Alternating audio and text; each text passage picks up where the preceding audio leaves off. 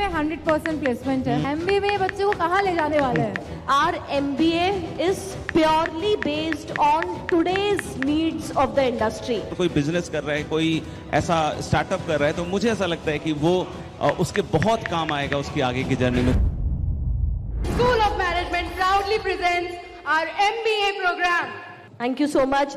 So basically, ma'am, this is exactly what I was saying, that वो बच्चे जो हमारे साथ अपना पोस्ट ग्रेजुएशन परस्यू करना चाहते हैं, हमारे पास बहुत सारे ऐसे मैसेजेस आते थे जहां बच्चे बोलते थे कि मैम हमने आपकी यूजी की स्टोरी सुनी है, अब हम आगे पढ़ना चाहते हैं। And for them we have MBA programme. मतलब just after completion of first batch, I think हमारा फर्स्ट बैच बीबीए का कंप्लीट हुआ है। जी अभी वो 6 सेमेस्टर में है, अनदर 2 मंथ्स में कंप्लीट होगा। मैं तो कंप्लीट ही मान रही हूँ, 100% प्लेसमेंट है, और क्या चाहिए? मतलब एक जो बड़ा ऑब्जेक्टिव होता है वो हो चुका है, तब हम कंप्लीट ही मानते हैं। So now we are having MBA program for them. Ji, the School of Management is coming up with our MBA program, and the best part is that our MBA is purely based on today's needs of the industry. Exactly, जो आज industry में, अभी मेरा सवाल यही था कि ये जो MBA प्रोग्राम हम डेवलप कर रहे हैं, जो करिकुलम डेवलप कर रहे हैं, या इसमें ऐसी क्या चीजें हैं जो बाकियों से इसको अलग बनाता है? तो सर हमारे MBA प्रोग्राम में सबसे डिफरेंट है हमारे स्पेशलाइजेशंस। ओके सर, हमने जनरली MBA में देखा था कि बहुत सारे स्टूडेंट्स जो MBA कंप्लीट करते हैं, फर्स्ट ऑफ ऑल तो उनका एक सबसे मेजर प्रॉब्लम आता है कि उनको अपने कोर्स का ROI ही वो अचीव नहीं कर पाते।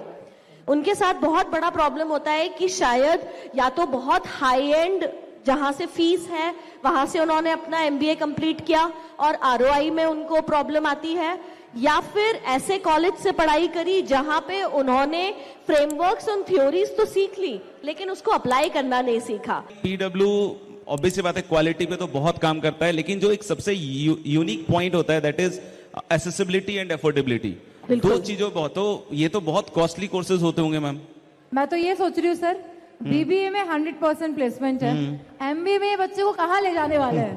कहाँ मैम, क्या प्लान है? मतलब इन दोनों ट्रैक A ट्रैक B को एक बार समझा दीजिए। उसका आंसर तो हमारे प्रोग्राम में ही है, शिखर तक। हम उनको शून्य से शिखर तक ले जाना चाहते हैं।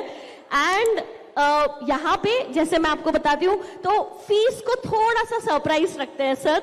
जैसे अभी हमने MBA रिवील किया, तो उसके पहले, फीस के पहले एक बहुत इंपॉर्टेंट बात बताना चाहूंगी मैं अपने बच्चों को जो देख रहे हैं, कि हमारे पास 2 मेन स्पेशलाइजेशंस हैं, और ये ऐसे स्पेशलाइजेशंस हैं जो आज इंडस्ट्री में बहुत नीडेड है।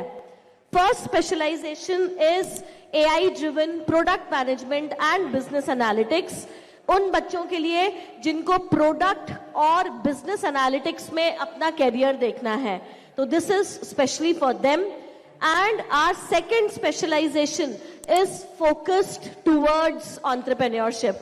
हमारे पास ESEL के वैसे भी सबसे बड़े मेंटर हैं जो बहुत नोन नेम है इंडस्ट्री में in terms of entrepreneurship. Under the guidance of Sir, we have an entrepreneurship program for the students, and the best part is कि हमारे स्टूडेंट्स ना सिर्फ सीखेंगे कि एक वेंचर कैसे होता है या उसमें क्या एस्पेक्ट्स होते हैं, सेकेंड ईयर में हमारे स्कूल ऑफ स्टार्टअप्स के साथ, जो कि हमारा नोएडा में बेस्ड है, वहां पे वो अपना वेंचर क्रिएट भी करेंगे। तो that makes these programmes completely different from all the other MBAs which are existing in market today. That's really very nice ma'am. And जो टीचर्स आपके साथ यहाँ पर अवेलेबल हैं, उन्होंने अपने करियर में they are having experience of corporate, they are having experience of, कितने लोगों को सर आप स्टार्टअप करा चुके हैं ऑलरेडी? सर उसके बारे में कुछ बताइए, क्योंकि मैंने सुना, मेरे ख्याल से तो अब एक लेगेसी क्रिएट कर दी होगी आपने। लेगेसी क्रिएट कर दी है सर आपने। तो ये जब आप इस तरह के कोर्सेज लेकर आते हैं तो आपके दिमाग में रहता होगा ना कि यार ये तो बच्चे जो है ना इसको करने के बाद फिर इस लेवल तक पहुंच जाएंगे, ये चीजें कर रहे होंगे, और क्या ऐसी चीजें जो आपने सोची हैं इसको लॉन्च करने के पीछे? देखिए, आज के टाइम में अगर आप देखेंगे कि बहुत सारे इंस्टीट्यूट हैं जो कि स्टार्टअप पर फोकस कर रहे हैं, तो MBA इन स्टार्टअप आप देख चुके हैं। That is why if you see our title, startup and business leadership. देखिए, एक स्टार्टअप तभी तक रहता है जब तक कि वो छोटा है और वो कुछ कपल ऑफ लैक्स का, थोड़े टाइम के बाद वो स्टार्टअप जो है ग्रो हो जाता है। तो 1-2 करोड़ से लेके वो 50 करोड़ 100 करोड़ फिर वो फंडिंग उठाता है और वो जाता है। तो यहीं पे एक माइंडसेट का शिफ्ट आता है, एक एजिलिटी आता है, एक चेंज इन माइंडसेट आता है, जो अपने बिजनेस को, अपने प्रोडक्ट को, अपने एम्प्लॉयज को, अपने ऑर्गेनाइजेशन को एक स्टार्टअप की तरह नहीं देख सकता। उसको अपने बिजनेस को एक ग्रोन अप ऑर्गेनाइजेशन में बदलना है। वहां पे उसको एक ऑर्गेनाइजेशन क्रिएट करना है जहां पे डिफरेंट फंक्शन होंगे, डिफरेंट डिपार्टमेंट्स होंगे, and he has to take a back seat from day to day operation and then he has to look for growth. तो वहीं पे ये जो हमारा एमबीए प्रोग्राम है वहीं इंटरवीन करता है कि कैसे एक अर्ली स्टेज स्टार्टअप जो करना चाहता है और जो कर रहा है उसको हम कैसे एक नया माइंडशिफ्ट दे के बोले कि अभी तू ओनली स्टार्टअप नहीं रहा है, now you going to rub shoulders with bigger companies. तो अगर आप देखेंगे अपने आसपास, चाहे सेप्टो हो, चाहे ब्लिंकिट हो, चाहे स्विगी हो, एक जमाने में वो स्टार्टअप थे। Do you still call them startup? नहीं। अभी वो एक ग्रोन अप ऑर्गेनाइजेशन बन गया। बिल्कुल तो उसके लिए एक अलग से मेंटल स्टैमिना चाहिए, एक मेंटल स्ट्रेंथ चाहिए। उसी पे हम लोग काम करेंगे यहाँ पे इस प्रोग्राम के अंदर। जैसे अभी आपने जिन नामों को लिया है तो उसके बाद ऐसा लगने लग जाता है कि यार शुरू तो सभी स्क्रैच से होते हैं, बिल्कुल, और ये इस लेवल तक पहुंच जाते हैं। तो बहुत बार मैंने ऐसा देखा है, जो लोग बिजनेस स्टार्ट करते हैं या एंटरप्रेन्योरशिप में आते हैं तो एक टाइम के बाद एक लिमिटेशन आने लग जाती है। पता नहीं चलता है कि यार इस प्रॉब्लम को कैसे सॉल्व करें, इसको कैसे सॉल्व करें, तो मल्टीपल चीजें आ जाती है। तो क्या हम यहाँ पे इस चीज को पिच कर रहे हैं बच्चों के लिए कि हम इस तरह के प्रॉब्लम का हैंड ऑन एक्सपीरियंस देंगे and how we can solve such things? Yes, इसी को हम बोलते हैं ग्रोथ माइंडसेट। Okay. तो वो जो स्टार्टअप का जो फाउंडर होता है, जिसने शुरू किया था 5 साल 4 साल पहले, वो एक छोटे से कैबिन से, छोटे से कमरे से होता है, लेकिन आज वो कहीं और पहुंच गया है। उसको now there are 100, 500 or 1000 of employees who are working with him. He has built a team. Now he has to navigate the team and look at growth कि अगले 2 साल में क्या करेगा, वो उसको आज सोचना है। Right. और उसको इंप्लीमेंट करेगा तभी 2 साल के बाद उसका फ्रूट आएगा। तो ये पहले जो था 2 महीने 3 महीने का पहले सोचता था, अभी जब वो बन चुका है इतना बड़ा, तो उसको अभी 2 साल आगे का सोचना पड़ेगा। टेक्नोलॉजी कहाँ जा रही है, कस्टमर कहाँ फेस कर रहा है, कस्टमर का जो बिहेवियर है वो चेंज कैसा हो रहा है, क्या नया ला सकता हूं मैं। तो वही सब हम इस प्रोग्राम में लेके आ रहे हैं। क्या बात है। Different from that typical MBA, right, sir? Yes, it is. One more thing, sir, like how it mentioned, right? You feel like a family. One thing we also teach is, yes, for the MBA, they want to build their own startups. They want to become entrepreneurs rather.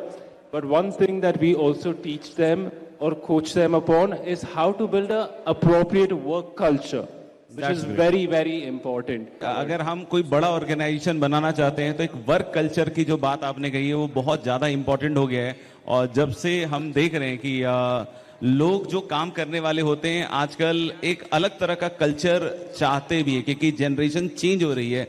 हमारे time में जो लोग जैसे काम करते थे, अब के लोग शायद वैसे काम नहीं करते, उनका काम करने का तरीका थोड़ा डिफरेंट है। गलत नहीं बोल सकते, क्योंकि ऑब्वियस सी बात है कि वो ग्रोथ के ओरिएंटेड ज्यादा सोचते हैं, मुझे ऐसा लगता है। तो वो जो वर्क कल्चर जो आपने बात की ना कि दैट इज वेरी इंपॉर्टेंट, और अगर हम यहाँ पे अगर वो सिखा पाते हैं तो कोई बच्चा आगे चल के अगर कोई बिजनेस कर रहा है, कोई ऐसा स्टार्टअप कर रहा है, तो मुझे ऐसा लगता है कि वो उसके बहुत काम आएगा उसकी आगे की जर्नी में। तो definitely it is a very wonderful thing जो आप लोग कर रहे हो, मेरे ख्याल से बहुत बहुत शानदार। Thank you, sir.